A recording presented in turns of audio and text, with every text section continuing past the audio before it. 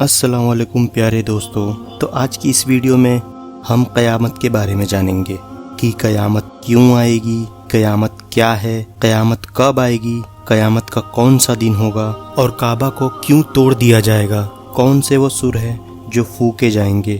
ان سب چیزوں کا جواب جاننے کے لیے اس ویڈیو میں آخر تک بنے رہیے۔ چلیے ویڈیو شروع کرتے ہیں۔ بسم اللہ الرحمن الرحیم۔ تو پہلا سوال یہ ہے کہ قیامت کیا ہے۔ اس دنیا میں جو بھی آیا ہر ایک نے اس کو چھوڑ کر دوسری دنیا کا راستہ لیا، یعنی کہ اپنی عمر کی سانس پوری کر کے موت کی کٹھن گھاٹی کو طے کر کے برخز میں پہنچا۔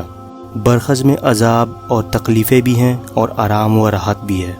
اپنے اپنے اعمال کے اعتبار سے برخز میں الگ الگ حالات سے گزرنا پڑتا ہے۔ دنیا سے جو آتا ہے برخز میں جگہ پاتا ہے۔ غرض یہ ہے کہ ہر آنے والا جائے گا، اور جس طرح انسانوں اور جنوں کی عمر طے ہے اسی طرح دنیا کی عمر بھی طے شدہ ہے۔ اس دنیا کی عمر پوری ہوگی، اچانک اس کے مظلومے کی موت ہو جائے گی۔ ایک ایک آدمی کے چلے جانے کو موت اور پوری دنیا کے ختم ہو جانے کو قیامت کہتے ہیں۔ اب اگلا سوال یہ ہے کہ قیامت کیوں آئے گی۔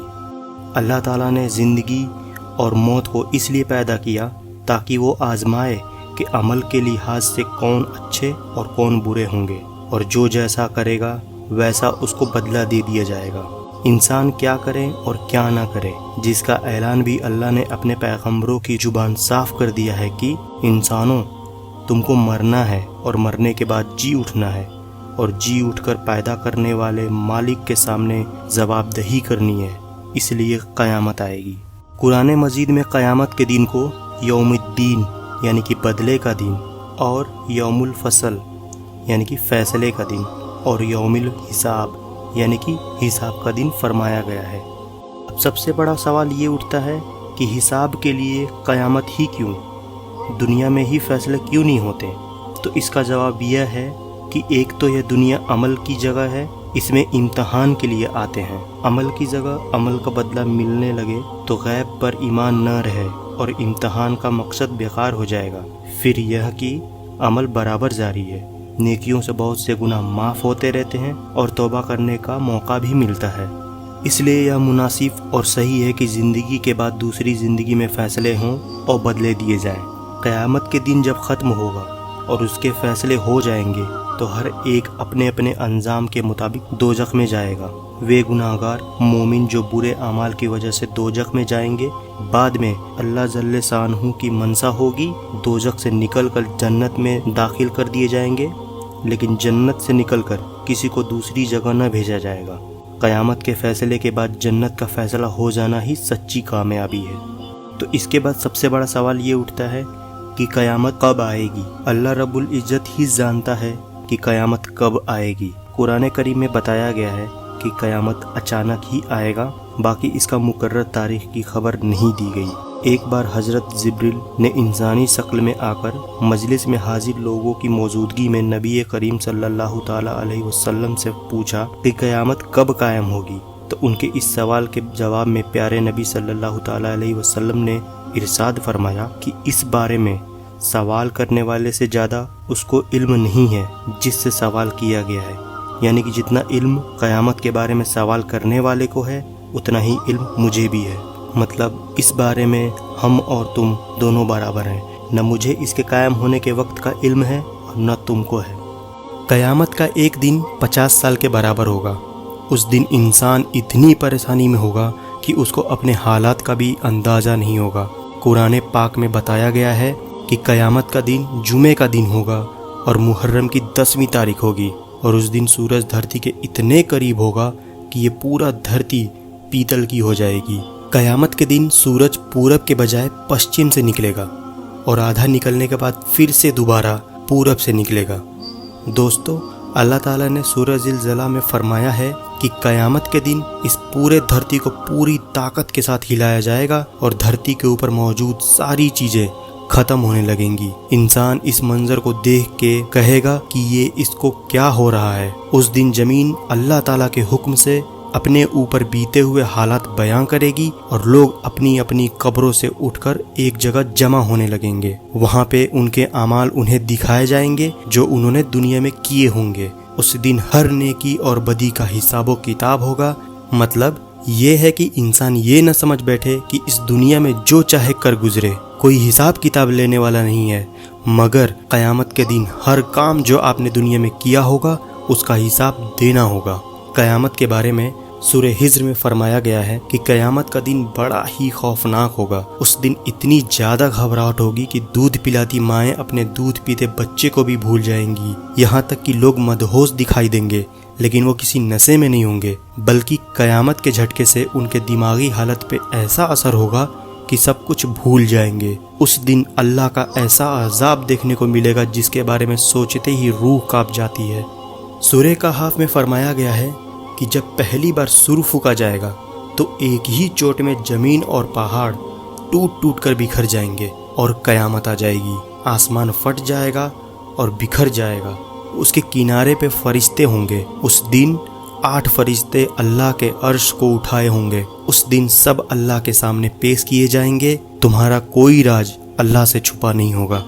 دوسری بار جب سور پھونکا جائے گا تو روحیں اپنے اپنے بدن میں واپس آ جائیں گی، لوگ زندہ ہو کر کھڑے ہو جائیں گے، نبیوں اور گواہوں کو لایا جائے گا اور سب کے فیصلے سنائے جائیں گے، اور جس نے جیسا اس دنیا میں کیا ہوگا اس کو ویسا ہی انجام ہوگا۔ سورہ یاسین میں اللہ تعالیٰ نے فرمایا ہے کہ قیامت کے دن لوگوں کے منہ بند کر دیے جائیں گے، وہ کچھ بھی بول نہیں سکیں گے، صرف ان کے ہاتھ پیر بات کریں گے اور گواہی دیں گے کہ ہم نے زمین پر اس جگہ یہ کام کیے تھے۔ تو دوستو، اس آیت سے یہ پتہ چلتا ہے کہ آدمی اپنے گناہوں کو لوگوں سے تو چھپا سکتا ہے لیکن اپنے آپ سے چھپا نہیں سکتا۔